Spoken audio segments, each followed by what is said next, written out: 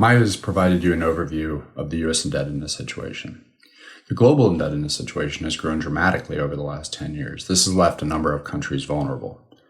To address the least vulnerable countries, the G20 in April of this year agreed to suspend debt relief, to provide cash flow relief to these countries going forward for the remainder of this calendar year.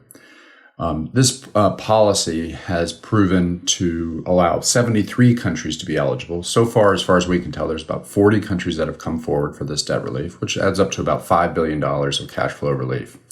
So in that respect, it's been a success, but the success has been somewhat mixed, and it's been mixed for a couple of reasons. One is there is still a lot of opacity about what these countries owe to whom. So for instance, China is the largest bilateral official creditor to these countries, but we don't know exactly how they will participate. We do know that some of the other countries will participate through something called the Paris Club.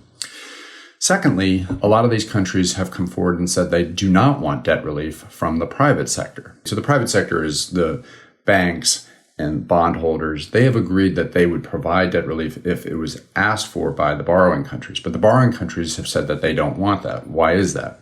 That's because they are very worried about losing market access. So they don't want to have their credit rating taken down because that would suggest that they don't pay their debts. That would make it harder for them to get new debt in the future. So right now they are a little bit of stuck in that they're not asking for that cash flow relief, and so the private creditors aren't providing it. Going forward, it looks like the G20 is going to try to address some of these issues come the fall of this year and potentially try to extend the debt relief into 2021. I think that one thing that should also come about is a little more transparency. So we have a better idea of what do these countries owe and who do they owe it to.